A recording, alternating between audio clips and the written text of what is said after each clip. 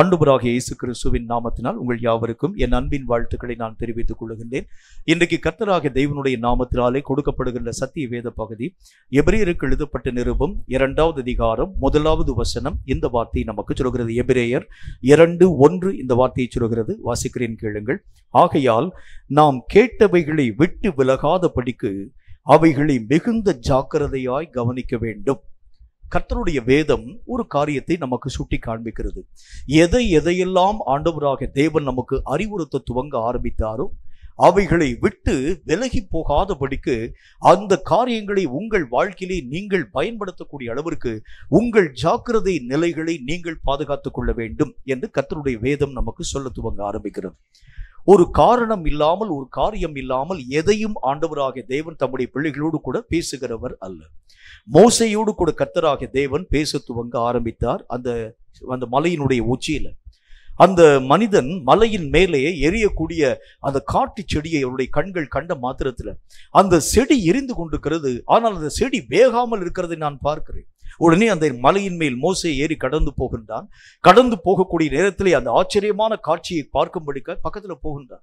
நான் இதுவரைக்கும் எத்தனையோ விதமான காரியங்களை, நெருப்பிலே அகப்பட்டிருக்கக்கூடிய அநேக விதமான பொருளை நான் பார்த்தது உண்டு. ஆனால் அந்த நெருப்பிலே அகப்பட்டிருக்கக்கூடிய எல்லா விதமான பொருளும் அப்படி பஸ்பமாக்கப்படுகிறதை நான் பார்த்திருக்கிறேன். ஆனால் இந்த செடியின் மேலே, இந்த முள்ளுகளின் மேலே நெருப்பு பற்றி எரிகிறது. ஆனால் இந்த செடியோ வெந்தப்பாடு இல்லை. இது என்ன ஆச்சரியமா இருக்கிறது என்று சொல்லி பார்க்கும்படிக்காய் பக்கத்திலே கடந்து போகின்றான். கடந்து போகக்கூடிய நேரத்திலே கர்த்தராகிய தேவன் மோசே என்கின்ற மனிதனை அழைக்கின்றார். மோசே மோசே என்கிறதை பற்றி அவர் யார் என்று மோசேக்கு தெரியாது. ஆனாலும் கூட கர்த்தருடைய அழைப்பை கேட்ட மாத்திரத்துல ஆண்டவராகிய தேவனுக்கு பயந்த மோசே நிற்கக்கூடிய நேரத்தில், நீ நிற்கக்கூடிய இடம் பரிசுத்தமான பூமி, இந்த பூமியிலே உன்னுடைய பாதரட்சிகளை கழற்றி போடு என்கிறதை பற்றி கர்த்தர் பேசுகின்றார். பின்பு மோசேயோடு கூட கர்த்தராகிய தேவன் பேச ஆரம்பித்தார். என்ன பேசினார்? உன்னை நான் திரும்ப எகிப்து நாட்டை நோக்கி அனுப்ப போகின்றேன். அங்கு இருக்கக்கூடிய எல்லா விதமான ஜனங்களையும் ரட்சிக்கும் இரட்சகனாக நான் உன்னை அனுப்ப போகின்றேன். அந்த தேசத்திலே அநேகம் பிரச்சனைகள் வரும், அநேகம் பாடுகள் வரும், அநேகம் ஜனங்கள் உன்னுடைய வாயின் வார்த்தைகளை அங்கீகரிக்க மாட்டாங்க. என்றாலும் கூட அநேகம் வாதைகளை நான் உன் வாயின் வார்த்தையின் மூலம் அனுமதித்து அந்த தேசத்தை மெய்யாகவே கொடுமையாக வாதித்து இந்த தேசத்திலே காணப்படும் உன் ஜனங்களை உன் கரத்தின் மூலமாய் ரட்சிப்பேன் என்று கர்த்தராகிய தேவன் பேசினார். இந்த வசனத்துல பார்க்கிறோம், நீங்கள் உங்களுக்கு முன்பதாக சொல்லப்பட்ட கேட்கப்பட்ட அந்த வார்த்தைகளை கடைசி வரைக்கும் மறவாமல் நீங்கள் எச்சரிக்கையாக இருக்க வேண்டும். மோசே தன்னுடைய வாழ்க்கையிலே கர்த்தர் முதல் பேசின அந்த வார்த்தையை மறக்கவே இல்லை. கடைசி வரைக்கும் ஆண்டவராகிய தேவன் தந்த அந்த வேலை, கர்த்தர் தந்த அந்த பணி, இந்த பணிக்காகவே கர்த்தராகிய தேவன் என்னை அழைத்து அனுப்பி இருக்கின்றார்.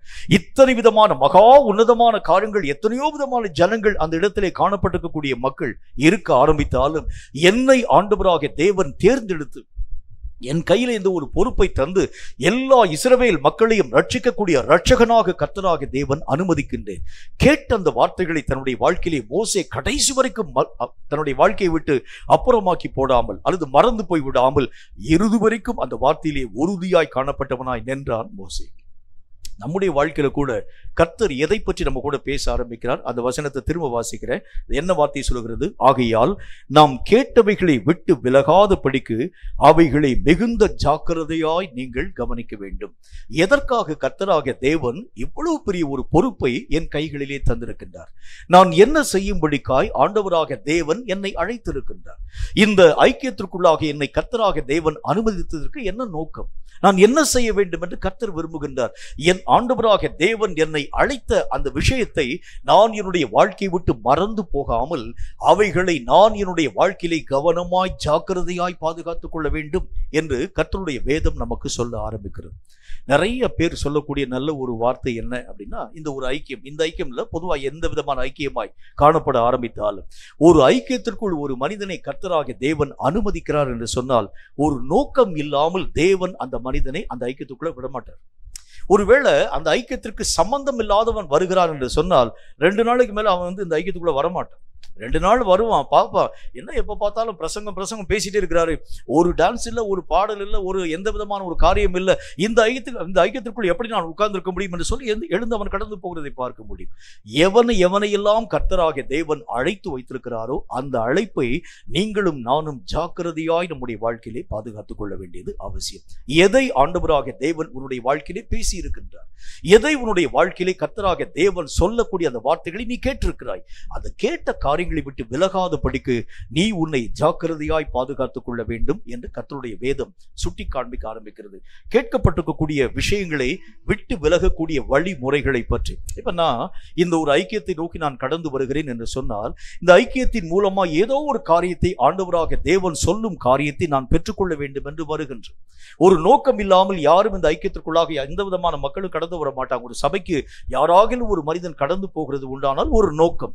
இன்றைக்கு ஆண்டவர் என்னோடு கூட என்ன காரியத்தை பேச போகிறார், எதை நான் கற்றுக்கொள்ள போகின்றேன், இதை நான் பயன்படுத்தி என்னென்ன விஷயமான காரியங்களின் ஊடாக போக போகிறேன், இந்த ஒரு நோக்கத்தை மைய கருத்தாக கொண்டு தான் நம்ம கடந்து வர ஆரம்பிக்கிறதை பார்க்க முடியும். ஆனா விட்டு விலகக்கூடிய மார்க்கம் நம்முடைய வாழ்க்கையிலே வருகிறதனுடைய முகாந்திரம் என்ன? எதனால் ஒரு மனுஷனுடைய வாழ்க்கையில ஒரு மனிதன் ஆழமான காரியங்களை கேட்க ஆரம்பிக்கின்றான், ஆழமான அனுபவத்துக்குரிய விஷயங்களை கேள்விப்பட ஆரம்பிக்கின்றான். கர்த்தராகிய தேவனை அவனுக்கு தேவையான ஒவ்வொரு வாக்குக்குரிய காரியங்கள் யாவற்றையும் பேச துவங்குகின்றான். நீ இந்த மாதிரியான காரியத்தை செயல்படுத்த வேண்டும், இந்த மாதிரியான நோக்கத்தின் ஊடாக நீ கடந்து போக வேண்டும், இப்படிப்பட்ட தேவையற்ற காரியங்களை நீ வெட்டி வீழ்த்த வேண்டியது அவசியம், உன்னுடைய வாழ்க்கையிலே காணப்படும் எல்லா அருவருப்பான சூழ்நிலைகளில் நின்று நீ விலக்கப்பட வேண்டியது அவசியம். இப்படி கர்த்தர் ஒவ்வொரு விஷயத்தையும் நம்ம கூட பேச ஆரம்பிக்கின்றார். பேசப்படக்கூடிய வார்த்தைகள் நம்முடைய விருப்பம் என்ன அப்படின்னா, கர்த்தர் எதை பேசுகிறாரோ நான் கேட்கணும்னு நான் விருப்பப்படுறேன். கர்த்தருடைய விருப்பம் என்ன? அவர் பேசக்கூடிய வார்த்தைகளை நீங்கள் கை கொள்ள வேண்டும் என்கிறதான் கர்த்தருடைய விருப்பம். இந்த 2 பேருடைய விருப்பமும் ஒன்றாய் காணப்படக்கூடிய நேரத்துல விலகக்கூடிய அந்த தன்மை எப்படி என்னுடைய வாழ்க்கையில வர முடியும்? நானும் விரும்புறேன், கர்த்தர் விரும்புகின்றார். நமக்கு விருப்பம் இல்லாம இந்த ஐக்கியத்துக்குள்ள உட்கார்ந்து கர்த்தருடைய வார்த்தையை கேட்க வேண்டும் என்று சொல்லி நம்ம வருவோமா? இல்ல. இந்த நாளிலே கர்த்தர் எதை பேச போகிறார்? ஒரு விருப்பம் நம்முடைய வாழ்க்கையில் இருக்கிறது. கர்த்தருக்கும் என்ன விருப்பம் இருக்கிறது என்றால், இன்றைக்கு இவனோடு கூட இந்த காரியங்களை நான் தெளிவாக அறிவுறுத்த வேண்டியது அவசியம். கர்த்தருக்கும் விருப்பம். 2 பேருடைய விருப்பமும் ஒன்றாக இருக்கும் பொழுது ஒரு காரியத்தை குறித்து பூமியிலே 2 பேர் ஒருமனப்பட ஆரம்பித்திருந்தால் அது அவனுடைய வாழ்க்கையிலே உண்டாக்கப்படும். ஆனா நான் கேட்கக்கூடிய இந்த காரியங்களை விட்டு விலகக்கூடிய நிலை எப்ப எந்த இடத்தில் என்னுடைய வாழ்க்கையிலே வரப்போகிறது, இதை நான் கவனமாய் ஆராய்ந்து பார்க்க வேண்டியது அவசியம். நான் விருப்பத்தோடு கூட தான் வர்றேன், கர்த்தரும் விருப்பத்தோடு கூட தான் வார்த்தைகளை பேசுகிறார் என்றாலும் விட்டு விலகக்கூடிய மார்க்கம் எங்கிருந்து என்னுடைய வாழ்க்கையிலே வருகிறது, இவைகளை நான் ஆராய்ந்து பார்த்து அவைகளிலே நின்று நான் வேறு பிரிக்கப்பட ஆரம்பித்தால் மட்டும்தான் கேட்டவைகளை விட்டு விலகாமல் கடைசி வரைக்கும் அவைகளிலே உறுதியான ஓட்டம் ஓடக்கூடிய ஒரு மனிதனாய் நீங்களும் நானும் மாற்றம் அடைய முடியும். விட்டு விலகக்கூடிய மார்க்கம் எங்கிருந்து ஒரு மனுஷனுடைய வாழ்க்கையிலே வருகிறது என்று பாருங்கள். 1 தீமோத்தேயுவின் புத்தகம் 5வது அதிகாரம் 15வது வசனம் இந்த வார்த்தையை நமக்கு சொல்கிறது. 1 தீமோத்தேயு 5வது அதிகாரம் 15வது வசனம் இந்த வார்த்தையை சொல்கிறது. வாசிக்கிறேன், கொஞ்சம் நிதானமா கவனிங்க. ஏனெனில் இதற்கு முன் சிலர் சாத்தானை பின்பற்றி விலகி போனார்கள். நம்மை அறியாமல் நம்முடைய வாழ்க்கையிலே சாத்தானுக்கு எங்காகிலும் இடம் கொடுக்கிறது உண்டானால் கேட்டவைகளை விட்டு எளிதாய் நாம் விலகி போகும் மக்களாய் விளங்க ஆரம்பித்து விடுகின்றோம். சாத்தானுடைய ஏதாகிலும் ஒரு சின்ன ஒரு விதை, ஏதாகிலும் சாத்தானை பிரியப்படுத்தும் ஒரு மார்க்கம், ஆண்டவராகிய தேவனுக்கு விரோதமான அல்லது சாத்தான் பிரியப்படக்கூடிய ஏதாகிலும் ஒரு வித்து என்னுடைய வாழ்க்கையிலே காணப்படுகிறது உண்டானால் கேட்ட எல்லா காரியங்களையும் ஒரு வினாடியிலே நீங்களும் நானும் தொலைத்து போடும் ஒரு மக்களாய் விளங்க ஆரம்பிக்கிறதை பார்க்க முடியும். சாத்தானுடைய விதை அது ஒரு ரட்சிக்கப்பட்ட ஒரு ஆவிக்குரிய மனுஷனுடைய வாழ்க்கையில வர முடியுமா? கட்டாயம் வர முடியும். நான் என்னுடைய செய்தியிலே பல முறை பேசியிருக்கக்கூடிய காரியத்தை மீண்டும் உங்கள் மத்தியிலே சொல்ல வேண்டும் என்று ஆசைப்படுகின்றேன். ஆண்டவராகிய தேவன் தம்முடைய மரணத்தை பற்றி தம்முடைய சீஷர்களோடு கூட பேச துவங்க ஆரம்பிக்கின்றார். நாம் எருசலேமுக்கு கடந்து போகின்றோம். பாவிகளின் கைகளிலே மனுஷகுமாரன் ஒப்புக் கொடுக்கப்பட போகின்றார். எல்லா விதமான ஜனங்களாலும் நான் மெய்யாகவே பகைக்கப்பட போகின்றேன். ஒவ்வொரு காரியத்தையும் பற்றி கர்த்தராகிய தேவன் பேசிக்கொண்டே இருக்க ஆரம்பித்தார். பேசிக்கொண்டிருக்கக்கூடிய நேரத்தில் கர்த்தராகிய தேவன் தீர்க்க தரிசனமாக சில வார்த்தையை சொல்லுகின்றார். நாம் எல்லா விதமான மக்களும் கடந்து போக ஆரம்பித்தாலும் உங்களிலே ஒருவன் சாத்தானாய் இருக்கிறான் என்று கர்த்தர் பேச ஆரம்பித்தார். யார் உட்கார்ந்து இருக்கிறார்? யாரும் சீஷர்கள் தான். எல்லாரும் ஆண்டவராகிய தேவனுடைய பரிசுத்தம் உள்ள ஊழியத்தை செய்தவர்கள் தான். கர்த்தராகிய தேவனால், கவனிங்க, கர்த்தராகிய தேவனால் அழைக்கப்பட்டவர்கள் தான். ஆண்டவராகிய தேவனுடைய அபிஷேகத்தை பெற்றவர்கள் தான். 2 பேராக கர்த்தர் அனுமதிக்கக்கூடிய நேரத்தில் ஒவ்வொரு 2 பேரின் மேலும் கர்த்தராகிய தேவன் ஊதி என்னுடைய ஆவியின் வல்லமையை பெற்றுக்கொண்டு நீங்கள் ஊழியத்தின் ஊடாக கடந்து போங்கள். கர்த்தர் ஆண்டவராகிய தேவன் அனுமதிக்க ஆரம்பித்தார். எல்லாரும் ஊழியத்தில் கடந்து போனவங்க தான். உட்கார்ந்திருக்கக்கூடிய அத்தனை பேரையும் உட்கார்ந்திருக்கக்கூடிய நேரத்தில் கர்த்தராகிய தேவன் திடீரென்று ஒரு வார்த்தை ஒன்றை சொல்லுகின்றார். உங்களிலே ஒருவன் சாத்தானாய் இருக்கிறான். எல்லாருக்கும் டவுட் வந்துருச்சு. யார்? நானும் ஆண்டவரே, நான் ஆண்டவரே, நான் ஆண்டவரே. ஒவ்வொரு விதமான மனிதர்களும் அவர்கள் கேட்க ஆரம்பிக்கிறார். சாத்தானுக்கு இடம் கொடுத்த அந்த மனிதனும் தன்னை எங்கே கர்த்தராகிய தேவன் கண்டுபிடித்து விடுவாரோ என்பதை பற்றி அறிய முடியாத அளவிற்காக அவனும் ஆண்டவராகிய தேவனை பார்த்து பேச ஆரம்பிக்கிறான். இப்போ உங்கள்கிட்ட நான் கேட்கிறேன்னு வச்சுங்களேன், உங்களுடைய வாழ்க்கையிலே ஆண்டவருக்கு விரோதமான பாவம் வைத்திருக்கக்கூடிய சில பேர் இருக்கிறாங்க. வச்சிருக்கக்கூடிய சில பேர் என்ன செய்வாங்க? நானா பிரதர்னு கேட்பாங்க. அந்த இடத்துல சாத்தானுடைய காரியங்களுக்கு இடமளித்த அந்த யூதாஸ் காரியத்தும் உட்கார்ந்து எல்லாரும் கேட்கறது மாதிரி யூதாஸும் கேட்க ஆரம்பித்தார். என்ன கேட்கிறார்? நானும் உண்மை காட்டிக் கொடுக்க போகின்றேன். கர்த்தர் நேருக்கு நேராய் அவனோடு கூட பேசுகின்றார். நீதான் என்னை இந்த காரியத்தை செயல்படுத்த போகிறாய், நீ சொல்லுகிறபடிதான் என்கிறதை பற்றி கர்த்தர் பேசுகின்றார்.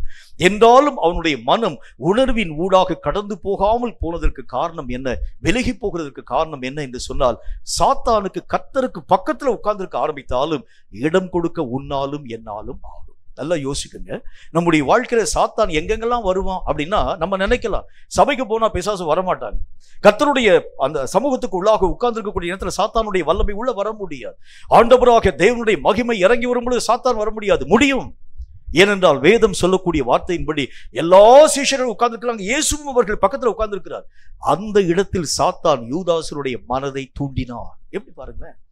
அப்ப சாத்தானுக்கு நான் இடம் கொடுக்க ஆரம்பித்தால் கர்த்தருடைய பிரசன்னம் இருந்தாலும் அங்கும் பிசாசினால் வர முடியும். அப்ப சாத்தானுக்கு இடம் கொடுக்கக்கூடிய நிலை நம்முடைய வாழ்க்கையிலே வர ஆரம்பித்தால் தான் தேவனை விட்டு விலகக்கூடிய அந்த மார்க்கம் நம்முடைய வாழ்க்கையிலே வருகிறது என்கிறதை கர்த்தர் தெளிவான விதத்தில் நம்ம கூட பேச ஆரம்பிக்கிறார்.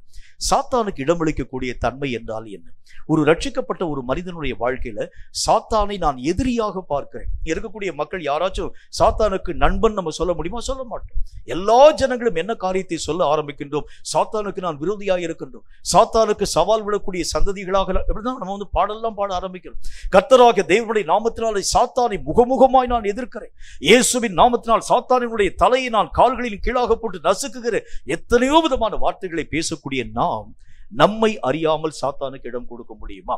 சில முக்கியமான விஷயத்தை நான் உங்களோடு கூட பேச வேண்டியது அவசியம். எப்ப நான் என்னை அறியாமல் சாத்தானுக்கு இடம் கொடுக்கும் ஒரு மனிதனாய் மாற்றமடைய ஆரம்பிக்கிறேன். வெளியே நல்ல ஊழியம் பார்ப்பேன், வெளியே நல்ல ஜெபம் பண்ணுவேன், வெளியே நல்ல ஆண்டவராக தேவனுடைய வார்த்தைகளை அறிவுறுத்தும் ஒரு மனிதனாய் விளங்க ஆரம்பிப்பேன். என்றாலும் என் அந்தரங்கமான வாழ்க்கையில சாத்தானுக்கு என்னை அறியாமல் இடம் கொடுக்கும் ஒரு மனிதனாய், அடிக்கடி நான் என்னுடைய செய்தியில சொல்லக்கூடிய ஒரு சின்ன ஒரே ஒரு சம்பவம். கோயில்பட்டியில என்னுடைய அண்ணன் கர்த்தருடைய ஊழியத்தை செய்யக்கூடிய இந்த நேரத்துல சபையினுடைய முன்பதாக உட்கார்ந்திருக்கக்கூடிய ஒரு அம்மா, அந்த அம்மா தான் என்ன செய்வாங்க? பைபிள் அம்மா. அம்மா பைபிள் வாசிக்கக்கூடியவங்க, தீர்க்க தரிசனமும் உரைக்கக்கூடிய அந்த அம்மா முன்பதாக அவங்க தான் எல்லா விதமான காரியத்திலும் முன்னோடியாக நிற்கக்கூடிய ஒரு அருமையான ஒரு வயதான ஒரு தாயார். இந்த அண்ணனுக்கு ரொம்ப ஆச்சரியம் தாங்க முடியல. இந்த வயசான காலத்திலையும் எல்லா விதமான மக்களும் கண்ணாடி போட்டா கூட சரியா பார்வை தெரிய மாட்டேங்குது. இந்த அம்மா கண்ணாடி கூட போடாம முன் வரிசையிலே உட்கார்ந்து வசனத்தை சொன்ன உடனே கடகடன்னு எடுத்து வாசிக்கிறாங்க. மட்டுமல்லாம ஆவிலே ஆண்டவராகிய தேவன் வருகிறான்னு சொன்ன உடனே முதல் காரியம் கீழே விழுந்து உருண்டு ஆண்டவராகிய தேவனுடைய ஆவியில நிரப்ப போடக்கூடிய அருமையான வயது நிறைந்த ஒரு தாயார், தீர்க்க தரிசனம் வேற சொல்லக்கூடிய ஒரு அம்மா. இதை பார்க்கக்கூடிய நேரத்தில் அண்ணனுக்கு ரொம்ப சந்தோஷம். அந்த கூட்டமெல்லாம் முடிந்தது. இறுதி ஜெப வேளை. எல்லா விதமான மக்களும் ஜெபிக்கும்படிக்காய் கடந்து வர ஆரம்பிச்சாங்க. ஒவ்வொருவருக்காக ஜெபித்துக் கொண்டு வரக்கூடிய நேரத்தில் அந்த வயசான அம்மாவுடைய தலையின் மேல கரங்களை வைத்து, இயேசு கிறிஸ்துவின் நாமத்தினால் உங்களுக்காக ஜெபிக்கிறேன். உடனே உள்ள இருக்கக்கூடிய பிசாசு அலறிக்கொண்டு வெளியே ஓட துவங்க ஆரம்பித்தது.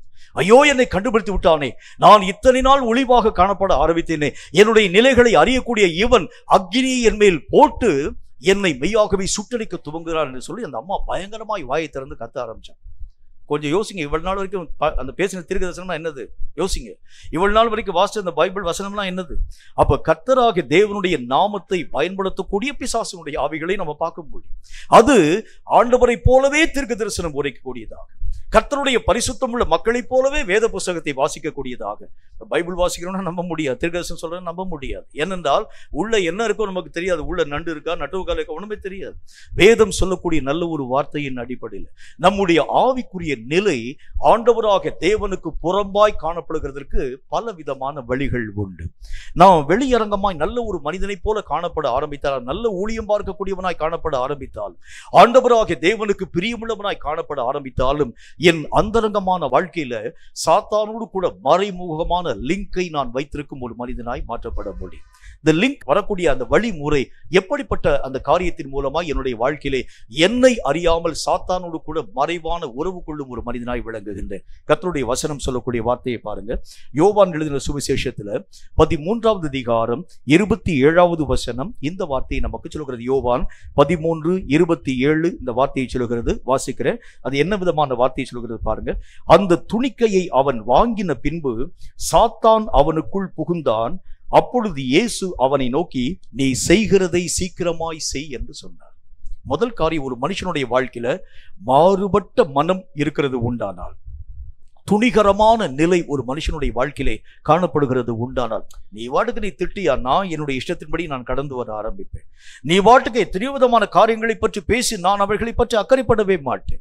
கர்த்தருடைய நாமத்தினால் எத்தனை விதமான காரியங்களை பற்றி பேசினாலும் அவைகளை பற்றி எந்த விதமான அக்கறையும் கொள்ளாத அளவிற்காய் நான் துணிவாய் இப்படிப்பட்ட காரியங்களை செய்வேன் என்கிற ஒரு மனம் நம்முடைய வாழ்க்கையில் இருக்கிறது உண்டானால், சாத்தானோடு கூட உங்களுடைய வாழ்க்கையிலே மறைமுகமான உறவு இருக்கிறது என்று சொல்லி பொருள். கர்த்தருடைய வேதம் என்ன சொல்றது பாருங்க. இந்த பொல்லாத பிசாசு அந்த யூதாசுடைய மனதை தூண்டக்கூடிய நேரத்தில் கர்த்தர் அவனை பார்த்து சொல்லுகின்றார், உங்களிலே ஒருவன் பிசாசா இருக்கிறான்னு சொல்லிட்டு, நீ சொல்லுகிறபடிதான் என்று கர்த்தராகிய தேவன் சொல்லிவிட்டு அடுத்த வார்த்தை சொல்லுகின்றார், நீ செய்ய வேண்டியதை சீக்கிரமாய் செய். இந்த வார்த்தையை சொல்லக்கூடிய நேரத்தில் யூதாஸ் உடனே மனம் உடைந்து அழுதிருக்கணும். ஐயோ, என் வாழ்க்கையில பிசாசுக்கு என்னை அறியாமல் நான் இடம் கொடுத்துட்டேன் ஆண்டவரே, என்னை மன்னித்து நான் மீண்டும் உம்முடைய பரிசுத்தமுள்ள மகனாக மாற்றப்படக்கூடிய அந்த ஒரு நிலையை உருவாக்கி தர வேண்டும் என்கிறதை பற்றி கர்த்தரை நோக்கி அந்த மனுஷன் ஜெபம் பண்ணியிருக்கான். ஆனால் அவன் கர்த்தருக்கு முன்பதாக நின்று நீ செய்கிறதை சீக்கிரமாய் செய் என்று சொன்ன மாத்திரத்தில் துணிக்கையை வாங்கி கொண்டு அவன் இருளை நோக்கி கடந்து போக துவங்க ஆரம்பிச்சான். அப்படின்னா என்ன அர்த்தம்? யாரை பற்றியும் பயமே இல்லை. இயேசுவை பற்றி கூட அவனுக்கு பயம் இல்லை. அவர் சொல்லக்கூடிய தீர்க்கதரிசனமான வார்த்தையை பற்றி கூட பயம் இல்லை. எந்த விதமான காரியங்களையும் பற்றி அக்கறை இல்லாமல் அவர் சொன்ன வார்த்தைகளின் படியே அந்த மனிதன் அப்படியே சாத்தானுக்கு தன்னை ஒப்புக் கொடுக்கும்படி கடந்து போக ஆரம்பித்தார். இதற்கு பெயர் என்ன வார்த்தையை சொல்ல முடியும்? துணிகரமான ஒரு நினைவு, துணிகரமான ஒரு வாழ்க்கை. என்னுடைய வாழ்க்கையில கூட பல நேரங்களில் கர்த்தருடைய விஷயத்தை நான் அலட்சியம் படுகிறதுக்கு காரணம் என்ன தெரியுமா? துணிகரம். சில நேரத்துல ஜெபிக்க முடியாம நான் ஜெபத்திற்கு நான் கட்டடிக்க ஆரம்பிச்சிடுறேன். அதற்கு காரணம் என்ன தெரியுமா? துணிகரம். ஆண்டவராக தேவனுக்கு கொடுக்கக்கூடிய நேரத்தை உலகத்துக்குரிய காரியத்துக்கு நான் செலுத்துவேன். ஆனால் தேவனுக்குரிய விஷயத்திற்கு நான் மெய்யாகவே சாக்கு போக்கு சொல்ல ஆரம்பிப்பேன். அதுக்கு காரணம் என்ன தெரியுமா? துணிகரம். கர்த்தராக தேவன் என்னை கடிந்து கொள்ள மாட்டார். நான் எத்தனை விதமான பாவங்களை செயல்படுத்த ஆரம்பித்தாலும், என் கர்த்தருக்கு முன்பதாக நான் ஒரு சொட்டு கண்ணீர் விட ஆரம்பித்தால், தேவன் அவைகளை மன்னிக்கக்கூடிய தயை பெருத்திருக்கக்கூடிய கர்த்தர் என்னை அறியாத ஒரு துணிகரம் நிறைந்த ஒரு காரியம் என் ஆவிக்குரிய நிலைகளிலே சாத்தானோடு கூடிய ஒரு ஐக்கியத்தை என் வாழ்க்கையிலே மறைமுகமாய் கொள்ளக்கூடியதாய் விளங்க ஆரம்பிக்கிறது. ரொம்ப ஜாக்கிரதை. கர்த்தருடைய விஷயத்துல ஒரு காரியம் உங்கள் வாழ்க்கையிலே அறிவிக்கப்படக்கூடிய அந்த நேரத்தில் ஆண்டவருக்கு முன்பதாக நீங்கள் முகம் குப்புற விழுந்து அழுது புலம்ப வேண்டியது அவசியம். ராஜாவாகிய தாவீது, ஆண்டவராகிய தேவன் தாவீதை பார்த்து ஒரு வார்த்தை சொல்லுகின்றார், என்னுடைய இருதயத்திற்கு ஏற்றவனாய் காணப்படக்கூடிய என்னுடைய மனிதன், என்னுடைய இருதயத்திற்கு ஏற்றவனாய் நான் அவனை பார்த்தேன். அவன் என்னுடைய நண்பனாகவே நினைவு கூறப்படுகின்றான். எனக்கு மிகவும் மிகவும் நேசிக்கப்படக்கூடிய ஒரு மனிதனாய் காணப்படக்கூடியவன். ஒரு நாள் ராஜாவாகிய தாவீது தேவனுக்கு விரோதமான பாவத்தை செய்யும்படிக்காக, கர்த்தருக்கு விரோதமான காரியங்களை செய்யும்படியான ஒரு மனிதனாய் விளங்க துவங்க ஆரம்பித்தார். எல்லா ராஜாக்களும் அந்த யுத்தத்திற்கு போகக்கூடிய அந்த நாள்ல இவன் மட்டும் மேல் மாடியிலே உப்பரிகளே உலாவிக் கொண்டிருந்து கீழே பார்க்கக்கூடிய நேரத்துல குளிக்கக்கூடிய ஒரு ஸ்திரீயை கண்டு அவளோடு கூட தவறான உறவு கொண்டு தேவனுக்கு விரோதமான பாவத்தை செய்து அவளுடைய கணவனை அவன் மெய்யாகவே கொலை செய்யும்படி சம்மதித்து இப்படிப்பட்ட காரியத்தை செய்யக்கூடிய ஒரு மனிதனாய் விளங்க ஆரம்பித்தான். கர்த்தராகிய தேவன் பார்த்துட்டு பேசாம இருக்கிறார். எதை பற்றியும் அவன் கவலைப்படாமல் துணிகரமா இந்த ஒரு காரியத்தை செயல்படுத்த ஆரம்பித்தான். அப்ப அந்த தேசத்துல வசிக்கக்கூடிய ஒரு தீர்க்கதரிசி வருகின்றார். தீர்க்கதரிசி வந்து அந்த மனிதனை பார்த்து சொல்லுகின்ற ஒரு சின்ன ஒரே ஒரு ஸ்டோரி ஒன்று மாதிரி சொல்லி, ஒரு கதை மாதிரி ஒன்று சொல்லி இறுதியிலே சொல்லுகின்றார், இப்படிப்பட்ட மனிதனை அவனுடைய வீட்டிலே 1000 ஆடுகள் 100 ஆடுகள் வளர்க்கக்கூடிய அந்த மனுஷன் பக்கத்து வீட்டில் தன்னுடைய பிள்ளையை போல வளர்க்கக்கூடிய ஒரு ஆட்டை தன்னுடைய சொந்தக்காரர்களுக்கு வேண்டும் என்பதற்காக அவனுடைய கையிலிருந்து பெற்றிருக்கக்கூடிய அந்த மனுஷனை பார்த்து கொண்டு எப்படி நான் பேசாமல் இருக்க முடியும்? அவனை வாளை வைத்து பிளந்து விட வேண்டியது அவசியம். யார் அந்த மனிதன்? என்னோடு கூட பேசு தீர்க்கதரிசி. உன்னை தீர்க்கதரிசி சொல்லுகின்றார், வேறு யாரும் அல்ல, நீதான் அந்த மனிதன். நீ ஆண்டவராகிய தேவன் நீ கேட்டால் எத்தனையோ நன்மையான காரியங்களை உன்னுடைய கரங்களை தந்திருப்பார். என்றாலும் கூட பக்கத்திலே காணப்படக்கூடிய உன்னுடைய தேசத்திலே காணப்படக்கூடிய சாதாரண குடிமகனுடைய அவனுடைய மனைவியை உன்னுடைய மனைவியாக உரிதாக மாற பண்ணி அவனை நீ கொலை செய்யும்படி நீ சம்மதிக்க துவங்கினாய்.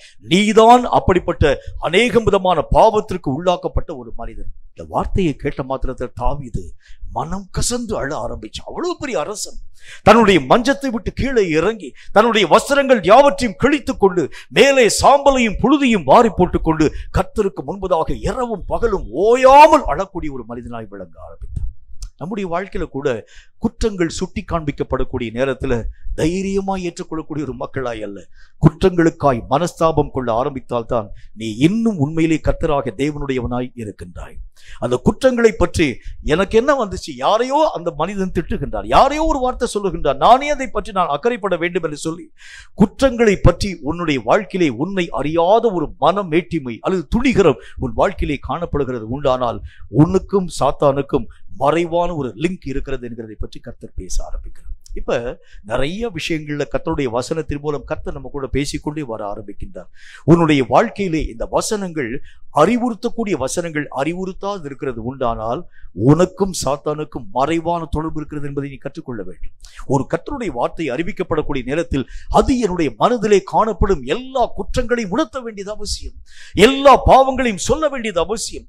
நான் செய்யும் ஒவ்வொரு விதமான குற்றங்களை, நான் பார்க்கும் பார்வையிலே காணப்படும் தவறுகளை, அநேகம் சிந்தனையிலே வரக்கூடிய மாறாட்டங்களை இந்த கர்த்தருடைய வார்த்தைகள் அறிவுறுத்தாது இருக்கிறது உண்டானால் வேதம் சொல்லக்கூடிய வார்த்தையின்படி என்னை அறியாமல் மறைவாக சாத்தானுக்கும் எனக்கும் ஒரு தொடர்பை நான் வைத்திருக்கக்கூடிய ஒரு மனிதனாய் விளங்க ஆரம்பிக்கிறேன். இந்த தொடர்பு இருக்கக்கூடிய நேரத்துல தான் துணிகரமாய் சொல்லப்படக்கூடிய எல்லா வார்த்தைகளுக்கும் எதிர்த்து நிற்கும் ஒரு மனிதனாய் விளங்க ஆரம்பிக்கின்றேன். கர்த்தர் சொல்லக்கூடிய வார்த்தையின் அடிப்படையில் என் வாழ்க்கையிலே சாத்தானுக்கு நான் இடம் கொடுக்கிறது உண்டானால் கேட்டவைகளை விட்டு எளிதாக நான் விலக ஆரம்பிச்சிருவேன். கர்த்தர் எனக்கு நிறைய விஷயத்தை சொல்றார். ஆண்டவராக தேவன் சொல்கிறார், நான் உன்னை தீர்க்கதரிசியாக இந்த ஜாதிகளுக்கு வைத்திருக்கிறேன் மகனே, எல்லா விதமான மக்களுக்கு முன்பதாக நான் உன்னை ஒளியாக வைத்திருக்கிறேன், எல்லா விதமான மக்களையும் வழிநடத்தக்கூடிய மகா பெரிய வெளிச்சமாக இரட்சகனாக நான் உன்னை அனுமதித்து அபிஷேகம் பண்ணி வைத்திருக்கிறேன். இந்த கேட்டவைகள் எல்லாம் என்னுடைய வாழ்க்கையை விட்டு விலகி போகிறதுக்கு காரணம் என்ன தெரியுமா? என்னை அறியாமல் சாத்தானோடு கூட வைத்திருக்கக்கூடிய மறைமுகமான உறவு. இந்த உறவு என்னுடைய வாழ்க்கையிலே வருகிறது உண்டானால் கேட்டவைகளை சர்வ சாதாரணமாய் தூக்கி எறியும் ஒரு மனிதனாய் விளங்க ஆரம்பிக்கின்றேன். இப்ப நீங்க யோசிச்சு பாருங்க, எத்தனை வார்த்தைகளை கர்த்தர் உங்க கூட பேச ஆரம்பிச்சார், எத்தனை விளக்கங்களை கர்த்தர் உங்களுக்கு முன்பதாக சொல்ல ஆரம்பித்தார். ஏன் உங்கள் வாழ்க்கையிலே ஒரு மாற்றமும் வரவே இல்லைன்னு யோசிச்சு பாருங்க. ஏனென்றால் சாத்தானுடைய மறைவான தொடர்பு நம்முடைய வாழ்க்கையில இருக்கிறதுனால அவைகள் எல்லாவற்றையும் சாத்தான் உறிஞ்சி குடிக்கக்கூடியவனாய் விளங்க ஆரம்பித்து விடுகின்றார். ஆகவேதான் கர்த்தர் சொல்கின்றார், இந்த துணிகரமான நிலை தைரியமாய் அவைகளை நான் மேற்கொள்ளக்கூடிய ஒரு மார்க்கம். ஆண்டவராகிய தேவன் அப்படித்தான் எப்ப பார்த்தாலும் திட்டிக் கொண்டே இருப்பார். அவைகளை பற்றி நான் அக்கறைப்பட வேண்டிய அவசியம் இல்லை என்று என்னை அறியாமல் என்னுடைய வாழ்க்கையிலே காணப்படும் சில துணிவான நிலைகள் தான் சாத்தானுக்கு நான் இடம் கொடுக்கக்கூடிய ஒரு மனிதனாய் என்னை உருவாக்க ஆரம்பிக்கிறது. வெளியே நான் நல்லா ஜெபம் பண்ணுவேன், வெளியே நல்லா நான் ஊழியம் பார்ப்பேன், வெளியே நல்லா கர்த்தருடைய வார்த்தைகளை நான் தியானிக்கக்கூடியவனாய் விளங்குவேன், நிறைய மக்களுக்கு ஆலோசனைகளை தரக்கூடிய ஒரு மனிதனாய் விளங்குவேன். அந்தரங்கத்தில் சாத்தானை பிரியப்படுத்தும் ஒரு மனிதனாய் நான் என்னுடைய வாழ்க்கையை மாறப்படுகிறதை நான் பார்க்கிறேன். ரொம்ப ஜாக்கிரதை. அந்தரங்கமான வாழ்க்கையிலே சாத்தானுக்கு நீ இடமளிக்க ஆரம்பிக்கிறது உண்டானால் பரலோக ராஜ்யத்திலே ஒரு நாளும் நீ பிரவேசிக்க முடியாது என்பதை முதல் நீ கற்றுக்கொள்ள வேண்டியது அவசியம். இரண்டாவது காரியமாக சாத்தானுக்கு இடம் கொடுக்கக்கூடிய இரண்டாவது மார்க்கம் என்கிறதை பற்றி கர்த்தருடைய வேதம் என்ன விதமான வார்த்தையை நமக்கு சுட்டி காண்பிக்க துவங்க ஆரம்பிக்கிறது. லூக்கா எழுதின சுவிசேஷத்துல ஆண்டவருடைய வேதம் சொல்லக்கூடிய வார்த்தையின்படி 4வது அதிகாரம் 3வது வசனமும் 41வது வசனமும் இந்த வார்த்தையை நமக்கு சொல்கிறது.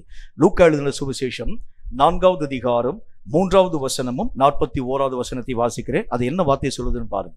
அப்பொழுது பிசாசு அவரை நோக்கி, நீ தேவனுடைய குமாரனே யானால் இந்த கல் அப்பமாகும்படி சொல்லும் என்றார். இப்ப பாருங்க, சாத்தான் இப்ப கர்த்தருக்கு முன்னால பேசும்போது என்ன பேசுறான் அப்படின்னா, நீர் தேவனுடைய குமாரனே ஆனால் அப்படின்னா என்ன அர்த்தம்?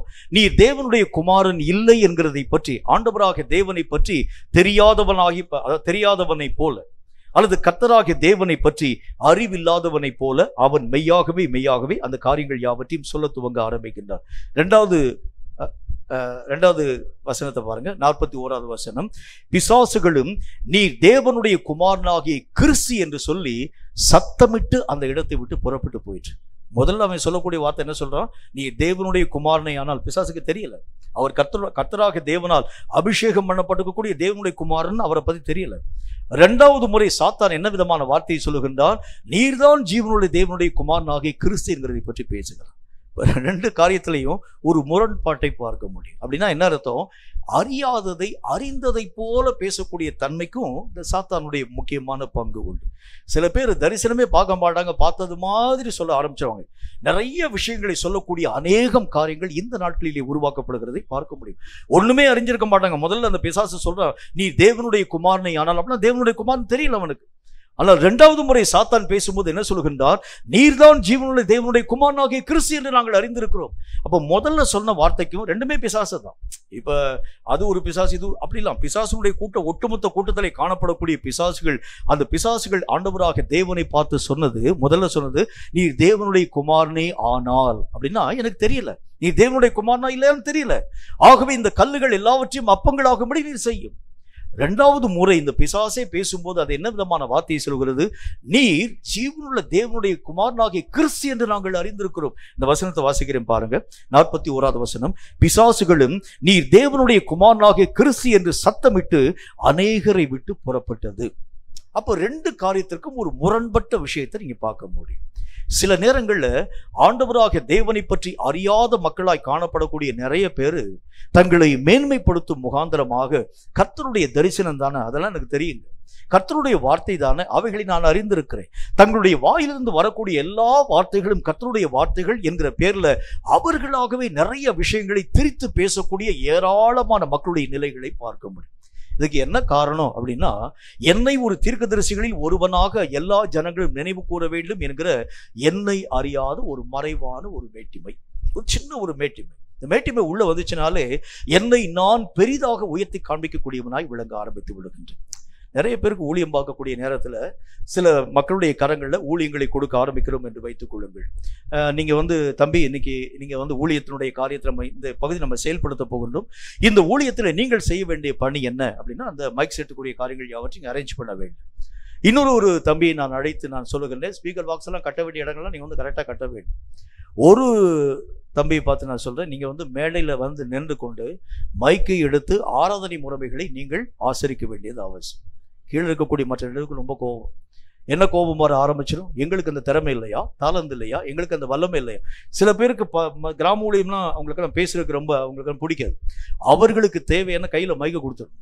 மைக்கை கொடுத்துட்டு அவங்க வாட்டுக்கு 24 மணி நேரம் பேச வேண்டும் என்று சொல்லி பேசிக்கொண்டே இருக்க ஆரம்பிக்கிறதை பார்க்க முடியும். அந்த மாதிரியான காரியங்களை உடைய சில மக்களை பற்றி ஆண்டவருடைய வேதம் சொல்ல ஆரம்பிக்கிறது, தங்களுடைய மனதிலே காணப்படும் சில மறைவான மேட்டிமை.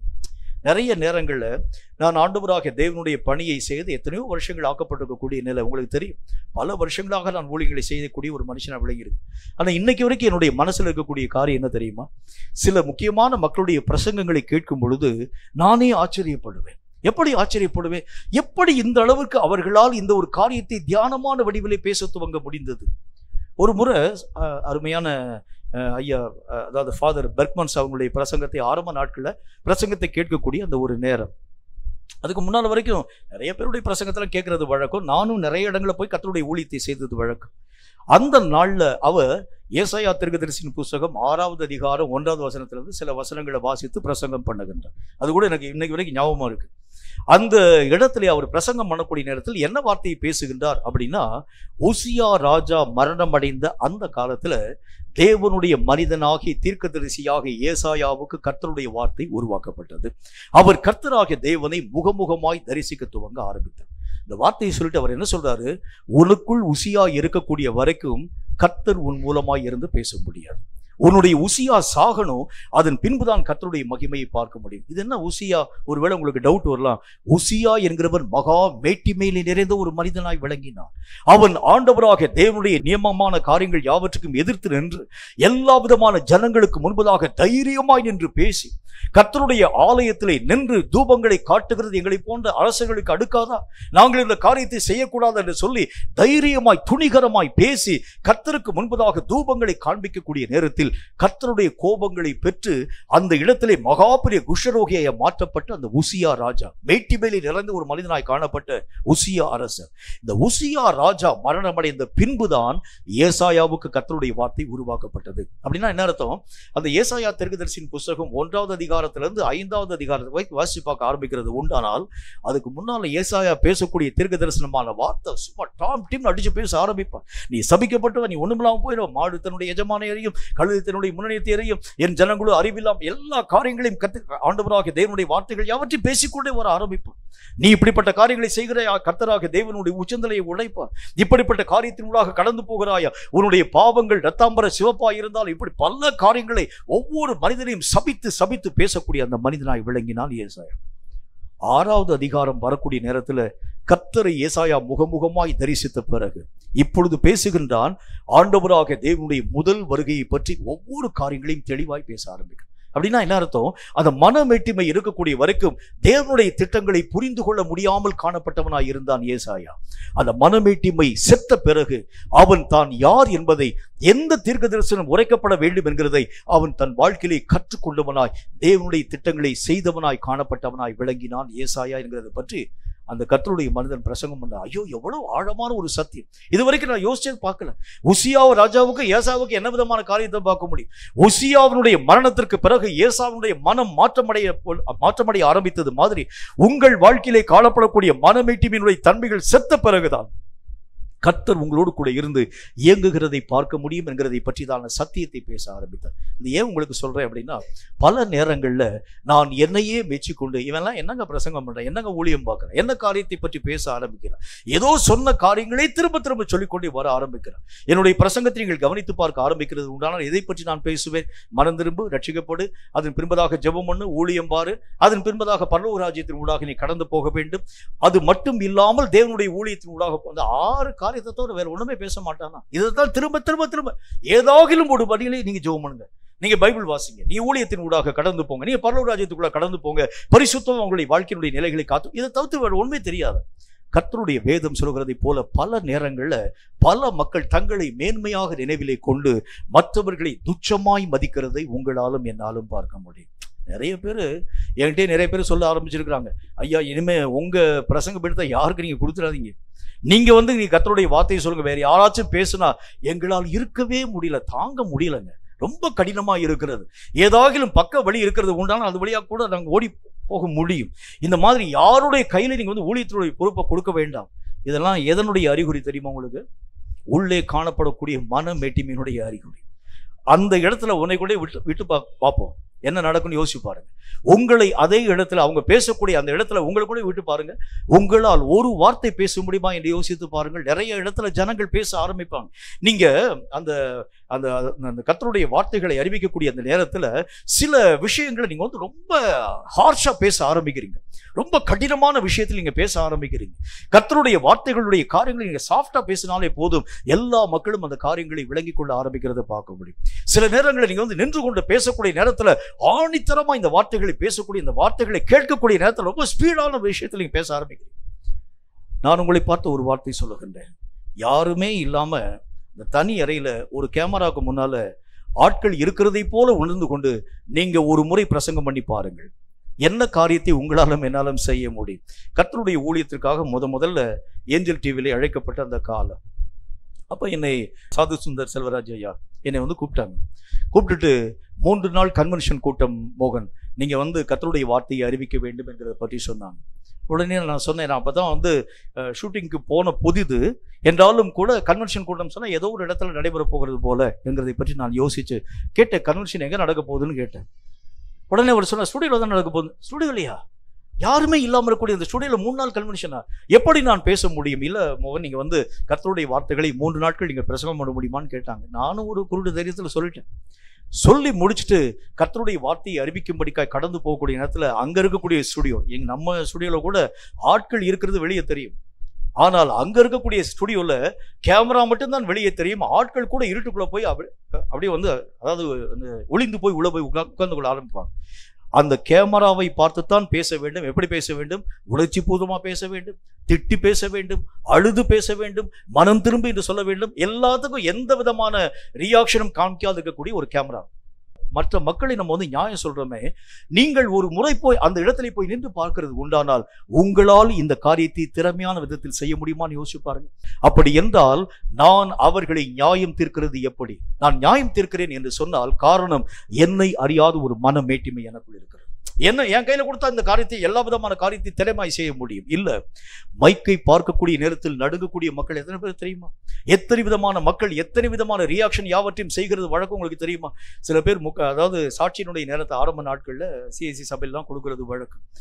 அந்த மைக்கு கொண்டு கையில கொடுத்துட்டீங்கன்னு வச்சுக்கோங்க, மைக்கு முன்னால் வந்து நிக்க வைக்கிறதா உண்டானால் அவர்கள் செய்யக்கூடிய ரியாக்ஷனை பார்க்கக்கூடிய நேரத்துல முக்காடு போட்டிருப்பாங்க, மறுபடியும் எடுத்துட்டு மறுபடியும் திரும்ப முக்காடு போடுவாங்க, மறுபடியும் எடுத்துட்டு மறுபடியும் முக்காடு போடுகிறது வழக்கம். சில பேர் வேத புத்தகத்தை அப்படியே ஒரே பகுதி அப்படியே இழுத்து அந்த காரியங்கள் யாவற்றையும் செய்கிறது வழக்கம். ஏதாச்சும் ஒரு அட்டையை பிடிச்சி அப்படியே அப்படி கிழித்து கொண்டே இருக்கிறது வழக்கம். ஏன்னா அந்த பயத்துல என்ன விதமான காரியத்தை செய்கிறோம்னு தெரியல. இப்படிப்பட்ட நீ மற்றவன் நியாயம் விசாரிக்கலாமா? யோசிப்பாரு. வேதம் சொல்லக்கூடிய வார்த்தையின் அடிப்படையில் ஆண்டவராக தேவன் எதை நம்முடைய வாழ்க்கையிலே வலியுறுத்துகிறார் அப்படின்னா, என் வாழ்க்கையிலே மற்றவனை குறித்து நான் குற்றப்படுத்துகிறதுக்கு முன்பதாக நான் அதை செய்யும் திராணி பெற்றவனா இருக்கிறேனா என்று யோசிப்பாங்க. நம்முடைய வாழ்க்கையிலே என்னை பற்றி தான் மேன்மையான நினைவுகளை நான் புறம்பே தள்ளி ஆண்டவராக தேவனுக்கு முன்பதாக நான் என்னையே தாழ்த்த வேண்டியது அவசியம் என்கிறதை பற்றி கர்த்தருடைய வேதம் சொல்ல ஆரம்பிக்கிறது. ஆண்டவராக தேவனால் வல்லமையாய் பயன்படுத்தப்பட்ட அப்போஸ்தலனாகிய பரிசுத்த பவுல் தன்னை கர்த்தருக்கு முன்பதாக எழுந்து நிற்கக்கூடிய ஒரு மனிதனாய் காண்பிக்காமல் கர்த்தருக்கு முன்பதாக தன்னையே தரை மட்டும் தாழ்த்தின அப்போஸ்தலனாகிய பரிசுத்த பவுல். காரணம், தன்னுடைய வாழ்க்கையிலே தன்னுடைய செய்தியை பற்றி அவர் மெய்யாகவே மேன்மை பார்க்கவே இல்லை. எல்லா விதமான மக்களையும் பார்க்கக்கூடிய அப்போஸ்தலனாகிய பரிசுத்த பவுல் சொல்கின்றார், நீங்கள் பரிசுத்தவான்கள், நாங்கள் பாவிகளாய் இருக்கிறோம். நீங்கள் எல்லா விதமான மக்களை காட்டிலும் மேன்மை பெற்றவர்கள், நாங்கள் குப்பையானவர்களாய் நினைவு கூறப்பட ஆரம்பிக்கின்றோம். அப்படிப்பட்ட தாழ்மை நிறைந்த மக்கள் நிறைந்த அந்த காலங்கள் போக இன்றைக்கு நான் ஒன்றுமே செய்யக்கூடாத கையாலாகாத நிலையிலே காணப்படக்கூடியவனாய் இருக்க ஆரம்பித்தாலும் எத்தனை விஷயங்களை நான் மெய்யாகவே வகையறுத்து பேசக்கூடியவனாய் விளங்க ஆரம்பிக்கிறேன். அவன் பேசினது தப்புங்க, இவன் இப்படிப்பட்ட ஒரு காரியத்தை பற்றி பேசக்கூடாது, இந்த விதமான விஷயத்தினுடைய காரியங்களை பற்றி அந்த மனிதன் பேசுகிறது மகா குற்றமான காரியம். இன்னைக்கு அரசியல் அமைப்புல காணப்படக்கூடிய மக்களை பத்தி எத்தனை விதமான மக்கள் எத்தனை காரியங்களை பேசுறாங்க. ஒரே ஒரு வார்த்தைக்கு ஒரே ஒரு விஷயத்தை யோசிச்சு பாருங்க. உங்களை அந்த ஆட்சி பொறுப்பை விட்டால் நீங்கள் என்ன செய்வீங்க யோசிச்சு பாருங்க. உங்களால முடியுமா? தேசத்தை ஆளுகை செய்ய உங்களால முடியுமா? இல்ல. ஆனால் இங்க இருந்து வாய்களே நம்ம பேச ஆரம்பிக்க, இந்த ஆட்சி தப்புங்க, இந்த ஒரு காரியம் தப்பு, இந்த விதமான தப்பு, இந்த சட்டமே தப்புங்க, எல்லா விதமான காரியங்களையும் அவங்க மனம் போன போக்குபடி தாறுமாறா எழுத ஆரம்பிச்சிருக்காங்க. ஒரு மனுஷனுக்கு எல்லா பயிர்களும் மண்டு பயிர்கள், ஒரு மனுஷனுக்கு ஒரு விஷயம் புரியவே இல்லை. தாறுமாறாய் ஒவ்வொரு விதமான காரியங்களை பேசக்கூடிய மக்கள். கர்த்தருடைய வேதம் சொல்லுது, உன்னை கொண்டு அந்த பொசிஷன்ல நிறுத்த ஆரம்பிக்கிறது உண்டானால் உன்னால் அந்த காரியம் முடியுமா? அப்ப ஆண்டவராக தேவன் சொல்லுகின்றார், இந்த மாதிரி என்னை மேன்மைப்படுத்தக்கூடிய விஷயங்கள் எல்லாவற்றிற்கும் என்ன காரணம் என்றால், என்னை அறியாமல் சாத்தானோடு கூட நான் ஒரு மறைமுகமான தொடர்புள்ளவனாய் வைத்திருக்கின்றேன். என்னை நான் மேன்மைப்படுத்துகிறது அல்ல, கர்த்தராகிய தேவனையே நான் உயர்த்தி காண்பிக்கும்படி அழைக்கப்பட்டிருக்கிறேன். தேவனுடைய பரிசுத்தமுடைய நியமங்களுக்கு நான் மெய்யாகவே கீழ்ப்படியக்கூடியவனாய், கர்த்தராகிய தேவனுக்கு எதிர்த்து நிற்கக்கூடியவனாய் அல்ல, கர்த்தருக்கு முழுவதும் ஒப்புக் கொடுக்கக்கூடிய ஒரு மனிதனாய் நான் என் வாழ்க்கையின் முறைமைகள் எல்லாவற்றையும் பாதுகாத்துக் கொள்ள வேண்டும் என்று கர்த்தருடைய வேதம் திட்டமும் தீர்க்கமாய் பேச துவங்க ஆரம்பிக்கிறேன். நான் ஒரே ஒரு வார்த்தையை சொல்லி என்னுடைய செய்தியை நான் நிறைவு பண்ணுகின்றேன். மத்தேயு எழுதின சுவிசேஷத்துல 15வது அதிகாரம் 8வது வசனம் இந்த வார்த்தையை நமக்கு சொல்கிறது. மத்தேயு 15:8 இந்த வார்த்தையை சொல்கிறது. இதை நான் உங்களுக்கு வாசிக்கிறேன். இது என்ன சொல்லுதுன்னு பாருங்க. இந்த ஜனங்கள் தங்கள் வாயினால் என்னிடத்தில் சேர்ந்து தங்கள் உதடுகளினால் என்னை கனம் பண்ணுகிறார்கள், அவர்கள் இருதயமோ எனக்கு தூரமாய் விலகி இருக்கிறது. இரண்டாவது காரியம் முக்கியமான. முதல் காரியம், பிசாசுக்கு இடம் கொடுக்கும் போது ஆண்டவராகிய தேவனை விட்டு விலகும் ஒரு மனிதனாய் விளங்குகின்றோம். இரண்டாவது காரியம், மாய்மாலம் பண்ணக்கூடிய ஒரு வாழ்க்கை, ஹிப்போக்ரசி. நம்முடைய வாழ்க்கையிலே காணப்படக்கூடிய மாய்மாலம் பண்ணக்கூடிய தன்மை, கர்த்தராகிய தேவனை அறிந்தவனை போலவே அவர்கள் என்னுடைய எல்லா விதமான காரியங்களையும் தன்னுடைய வாயளவுல பேசுறாங்க. இருதயமோ எனக்கு விரோதமாய் தூரமாய் காணப்படுகிறதை நான் பார்க்கிறேன். கர்த்தருடைய வேத புத்தகத்துல ஆண்டவராகிய தேவன் எதை எதிர்பார்க்க ஆரம்பிக்கிறார் அப்படின்னா, வாயளவில் கர்த்தராகிய தேவனை புகழக்கூடிய புகழ்ச்சி அல்ல, இருதயபூர்வமாய் கர்த்தராகிய தேவனுக்கு நீ மகிமையை செலுத்த வேண்டியது அவசியம். எதை செய்தாலும் கர்த்தர் என்ன சொல்லுகின்றார்? உன் முழு இருதயத்தோடும் முழு ஆத்மாவோடும் முழு மனதோடும் நீ செய்ய பிரயாசப்பட வேண்டும். எந்த ஒரு ஊழியத்தின் ஊடாக கடந்து போக ஆரம்பித்தாலும் உன் முழு மனதோடு அந்த காரியத்தை செயல்படுத்த வேண்டியது அவசியம். முழு மனதுதான் என்ன அர்த்தம்? உங்களுக்கே தெரிந்த ஒரு காரியம். இப்ப உதாரணமாக உங்களுடைய கரங்கள்ல ஒரே ஒரு பொறுப்பு ஒன்று கொடுக்கப்பட்டிருக்கிறது. என்ன பொறுப்பு கொடுக்கப்பட்டிருக்கிறது? இந்த கூட்டம் முடிந்த பிறகு இங்க இருக்கக்கூடிய அந்த மைக் யாவற்றையும் கொண்டு போய் அங்க இருக்கக்கூடிய முன்பதாக இருக்கக்கூடிய அந்த சகோதரனுடைய கரங்களை கொண்டு போய் கொடுக்க வேண்டும். உங்களுடைய கரங்களை கொடுக்கப்பட்டிருக்கக்கூடிய ஒரு பொறுப்பு. நீங்க வர்றீங்க, கூட்டம் முடியக்கூடிய நேரம், வரக்கூடிய நேரத்துல நான் அப்பதான் மைக்ல பேசிட்டு இருக்கேன், கூட்டம் முடிய போகக்கூடிய நேரத்தில் இந்த மைக்கை பிடிக்கிட்டீங்க, நீ கொண்டு அந்த சகோதரனுடைய கரங்களை கொண்டு கொடுக்க வேண்டும். கொடுக்கறதுக்காக மைக்கை பிடிங்கி உடனே கொண்டு அவருடைய கரங்களை கொடுத்து நீங்க போறீங்க. போகக்கூடிய வழியில என்ன விதமான காரியம் காணப்படுகிறது அப்படின்னா, என்ன காரியம் காணப்படுகிறது? இந்த மைக்கு லீடு அந்த கீழே கிடக்கு. மைக்கு தான் கொண்டு கொடுக்க வேண்டும் என்கிற ஒரு பொறுப்பு உங்க கையில கொடுத்துருக்கேன். மைக்கு லீடை பத்தி நான் உங்கள்கிட்ட பேசவே இல்லை. இந்த மைக்கை கொண்டு போய் கொடுக்கக்கூடிய நீங்கள், லீடு அநேக விதமான மக்களுடைய கால்களிலே சிக்கி இங்கும் அங்கும் அந்து போகக்கூடிய ஒரு நிலைகளின் ஊடாக கடந்து போக ஆரம்பித்தாலும் நாம் என்ன வார்த்தையை சொல்கிறோம்? என் கையில கொடுக்கப்பட்டிருக்கக்கூடிய பொறுப்பை நான் செஞ்சு முடிச்சிட்டேன். மைக்கை கொண்டு போய் கொடுக்கணும்னு சொல்ல கொடுத்துட்டேன். அந்த லீடு அது அந்து போனான்னா போகாம இருந்தா எனக்குல வந்துச்சு. அங்க இருக்கக்கூடிய அநேக விதமான ஃபேன் ஓடினான்னா ஓடாட்டினா எனக்கு வந்துச்சு. மேல இருக்கக்கூடிய பாத்ரூமுடைய கதவு நான் போட்டான்னா போடாம போனாங்க. எனக்கு அந்த பொறுப்பு கொடுக்கப்படல. என் கையில கொடுக்கப்படும் உண்மையான காரியத்தை ஆண்டவராகிய தேவன் சொல்லுகின்றார். ஒரு மனிதன் கர்த்தருக்கென்று முழுமையுமாய் செய்ய வேண்டும் என்று சொன்னால் அவர் சொன்னதையும் செய்ய வேண்டும், சொல்லாததையும் நாம் அவருடைய மனதிற்கு பிரியமாக நாம் அந்த காரியங்களை உருவாக்கணும். சில விஷயங்களை ஆண்டவராகிய தேவன் சொல்லிருப்பாரு, இந்த வேலை முடிஞ்சிருச்சு, அதோடு கூட நான் போறதில்லை. அந்த வேலையை தாண்டி சில முக்கியமான வேறு பணிகள் இருக்க ஆரம்பித்தாலும் அதையும் நான் செய்கிறதுக்கு பேரு தான் முழு மனதோடு கூட கர்த்தராகிய தேவனை நான் மகிமைப்படுத்த துவங்க ஆரம்பிக்கின்றேன். கேட்கும் கர்த்தருடைய பிள்ளையே, நம்முடைய வாழ்க்கையில நிறைய நேரங்கள்ல நீங்களும் நானும் ஜெபிக்க துவங்க ஆரம்பிக்கிறோம். மணியை பார்த்து கொண்டே ஜெபிக்க ஆரம்பிக்கிறோம். 3 மணி நேரம் ஜெபிக்க வேண்டும் கர்த்தருக்கு நேராக. 3 மணி நேரம் 1 நிமிஷம் ஆயிடுச்சுன்னா அது மகா பெரிய பொல்லாத பாவம். ஆகவே 3 மணி 2:59 கூட நான் முடிச்சிடுவேன். ஆனால் 3:01 நான் முடிக்கவே மாட்டேன். எப்படி பாருங்க, கர்த்தருடைய வேதம் சொல்லுகிறதை போல கர்த்தருக்குன்னு 1 நிமிஷம் கூட்டி தான் கொடுத்தா என்ன? ஆண்டவருடைய வேதம் சொல்லக்கூடிய நல்ல ஒரு வார்த்தையின் அடிப்படையில் மற்ற காரியங்கள் எல்லாவற்றிலும் லிபரேஷனை எதிர்பார்க்கக்கூடிய மக்கள் கர்த்தருடைய விஷயத்தில் மெய்யாகவே கராராய் காணப்படக்கூடிய மக்களாய் விளங்குகிறதை பார்க்க முடியும். நம்முடைய வாழ்க்கையில கூட ஆண்டவராகிய தேவன் எதை எதிர்பார்க்க ஆரம்பிக்கிறார் அப்படின்னா, முக்கியமான தன்மை என்ன? மாய்மாலமாய் கர்த்தராகிய தேவன் பேர்ல நீ அன்பு கூறாது. நீ அன்பு கூறுகிறது உண்டானால் உன் முழு மனதோடும் முழு பலத்தோடும் உன் முழு ஆத்மாவோடும் அவரை நீ நேசிக்க பழக வேண்டியது அவசியம். கர்த்தராகிய தேவனுக்கு என்று கொடுக்கக்கூடிய விஷயத்துல உன்னுடைய சக்திக்கு மிஞ்சி ஆண்டவராகிய தேவனுடைய ஊழியனாகிய பவுல் அப்போஸ்தலன் சொல்ல ஆரம்பிக்கின்றார். அவர்கள் கர்த்தருக்கு கொடுக்கக்கூடிய காரியத்துல தங்களுடைய பலத்திற்கு மிஞ்சி ஆண்டவராகிய தேவனுக்கு காரியங்களை செயல்படுத்த துவங்க ஆரம்பிச்சார். நம்மால் நம்மளால் அதற்கு அதிகமான காரியங்கள் எது உண்டோ அவைகளெல்லாம் கர்த்தருக்கு செயல்படுத்த ஆரம்பித்தால் மட்டும்தான் உன்னுடைய ஒவ்வொரு காரியத்தையும் தேவன் அங்கீகரிக்கும் ஒரு தேவனாய் விளங்க ஆரம்பிக்கின்றார். இல்லைன்னா அவர் பார்த்துருவாரு, அவன் மாய்மாலக்காரனாய், அவன் வெளியரங்கமாய் சொல்லப்பட்டிருக்கக்கூடிய வார்த்தைகளை மட்டும் செய்யக்கூடியவராய், மேல் அதிகமாக வேறு ஒரு காரியத்தையும் பற்றி நினைவு கூறாது இருக்கக்கூடிய மாய்மாலக்காரனாய் விளங்க ஆரம்பிக்கிறார். கர்த்தர் வேலை சொல்லிட்டா செஞ்சிடணும். இந்த வேலையை தாண்டி வேற ஒன்றும் செய்யக்கூடாது. கர்த்தருடைய வேதம் சொல்கிறதை போல கர்த்தராகிய தேவனை நேசிக்க வேண்டும் என்று சொன்னால் முழு மனதோடு நீ நேசிக்க பழகு. கர்த்தராகிய தேவனுடைய சமூகத்தில் ஜெபிக்க வேண்டும் என்றால் முழு மனதோடு கூட, நேரத்தை பார்க்காத, காலத்தை பார்க்காத, மணியை பார்க்காத. கர்த்தருடைய பணி என்று சொன்னால் காலங்களையும் நேரங்களையும் உனக்குண்டான அநேக விதமான வேலை பழுக்களை நீ யோசிக்க கூடாது. என்னுடைய வாழ்க்கையில ஆண்டவராகிய தேவன் ஒரு காரியத்தை தந்திருக்கிறது உண்டானால் அதை தவிர்த்து வேறு ஒன்றையும் என்னுடைய மனதில் நான் யோசிக்காம, எனக்கு முக்கியமான அநேக விதமான பணிகள் காணப்படலாம், வீட்டில் வேலை இருக்கலாம், அநேக விதமான அலுவலகத்தில் பணிகள் காணப்பட ஆரம்பிக்கலாம், நம்ம யோசிக்க கூடாது. என் தேவனுக்கென்று நான் முதல் காரியத்தை செய்து முடிக்க வேண்டியது அவசியம். ஒரே ஒரு விஷயத்தை நான் சொல்லி என்னுடைய செய்தியை முடிக்கிறேன். ஆண்டவராகிய தேவனுக்கு முன்பதாக வந்த சீஷர்களை ஒரு மனுஷன் கர்த்தராகிய தேவனோடு கூட அவன் பேச ஆரம்பிக்கிறான். என்னுடைய தகப்பன் செத்து போயிட்ட ஆண்டவரே, அவனை முன்பு போய் நான் அடக்கம் பண்ணி விட்டு வர உத்தரவு தர வேண்டும். கர்த்தர் அவனை பார்த்து சொல்லுகின்றார், சரிப்பா, அப்பா செத்து போயிட்டார், நீ செய்ய வேண்டிய கடமைகள் எல்லா விதமான கடமைகளையும் இருக்கலாம், நீ போய் அந்த அந்த காரியங்கள் எல்லாவற்றையும் செஞ்சு முடிச்சுட்டு ஒரு நாள் இல்லை, 2 நாள் இல்லை, ஒரு வாரம் கழிச்சு கூட நீ அந்த காரியங்கள் யாவற்றையும் முடிச்சுட்டு நம்முடைய ஊழியத்தினுடைய பணிக்குள்ளாக வரலாம். கர்த்தர் சொல்லு. அவர் சொன்ன ஒரே ஒரு வார்த்தை, மரித்தோர் தங்கள் மரித்தோரை அடக்கம் பண்ணட்டும், நீ என்னை பின்பற்றி வா. அப்படின்னா என்ன அர்த்தம்? கர்த்தருக்கு முதல் ஸ்தானம் கொடுக்க வேண்டும் என்று நினைவு கூறக்கூடியவன் கர்த்தருக்கே எல்லா விஷயத்திலும் முதல் ஸ்தானத்தை கொடுக்க வேண்டியது அவசியம். தேவனே அன்றி வேறு எதன் மேலாக உங்கள் மனதை வைக்கிறது உண்டானால் உங்கள் அன்பு மாய்மாலமான அன்பு. உங்கள் அன்பு தேவனாகிய கர்த்தரால் அங்கீகரிக்கப்பட்ட அன்பு இல்லை. கேட்கும் கர்த்தருடைய பிள்ளையே, நம்முடைய வாழ்க்கையில கூட ஆண்டவராகிய தேவன் எதிர்பார்க்கக்கூடிய காரியம் என்ன?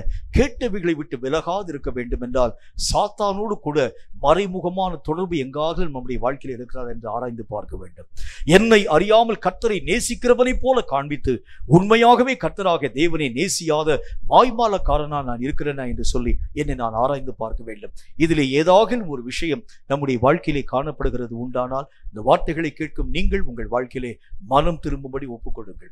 எங்கெங்கெல்லாம் சாத்தானுக்கு என்னை அறியாமல் நான் இடம் கொடுத்திருக்கிறேன், எங்கெங்கெல்லாம் கர்த்தராகிய தேவனுக்கு பிரியமற்ற வாழ்க்கை வாழக்கூடியவனாய் விளங்குகிறேன், வெளியே நான் நடிச்சுட்டு அந்தரங்கத்திலே கர்த்தராகிய தேவனுக்கு விரோதமாக என் இருதயம் கர்த்தராகிய தேவனுக்கு தூரமாக காணப்படக்கூடியதாக மாய்மாலம் பண்ணக்கூடியவனாய் நான் விளங்குகிறேன். ஒண்ணு, நான் நேசிச்சா கர்த்தரை முழுசு நேசிக்கணும், இல்லைன்னா பேசாம நான் கர்த்தரை விட்டு விலகி போயிடணும். இங்கும் அங்கும் அரைகுறையா 2 எஜமானுக்கு ஊழியம் பார்க்கக்கூடிய நிலையெல்லாம் எனக்கு வேண்டாம் ஆண்டவரே. கர்த்தரையை முழு மனதும் நேசிக்கக்கூடிய ஒரு மனிதனாய் என்னை மாற்றமடைய பண்ணும் என்று கர்த்தரை நோக்கி நீங்கள் ஜெபிக்க ஆரம்பிக்கிறது உண்டானால் நீங்கள் கேட்டவைகளை விட்டு விலகாதவர்களாய் ஜாக்கிரதையாய் அவைகளிலே சென்று பங்கடையும் ஒரு மக்களாய் விளங்குவீர்கள் என்பதில் சந்தேகம் ஒன்றுமில்லை. தலைகளை தாழ்த்தி கண்களை மூடி கர்த்தரை நோக்கி நாம் ஜெபம் செய்வோம்.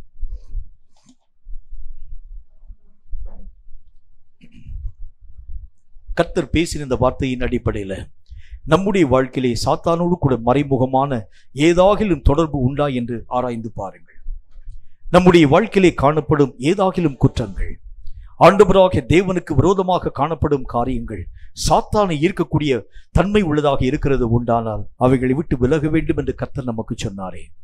நம்முடைய வாழ்க்கையிலே வெளியரங்கமாய் பரிசுத்தம் உள்ளவனைப் போல, ஜெபிக்கிறவனை போல, ஊழியம் செய்கிறவனை போல, மற்றவனுக்கு உதவிகளை செய்யக்கூடியவனை போல நான் என்னை காண்பிக்க ஆரம்பித்தாலும் என் அந்தரங்கம் எனக்கு தெரியும்.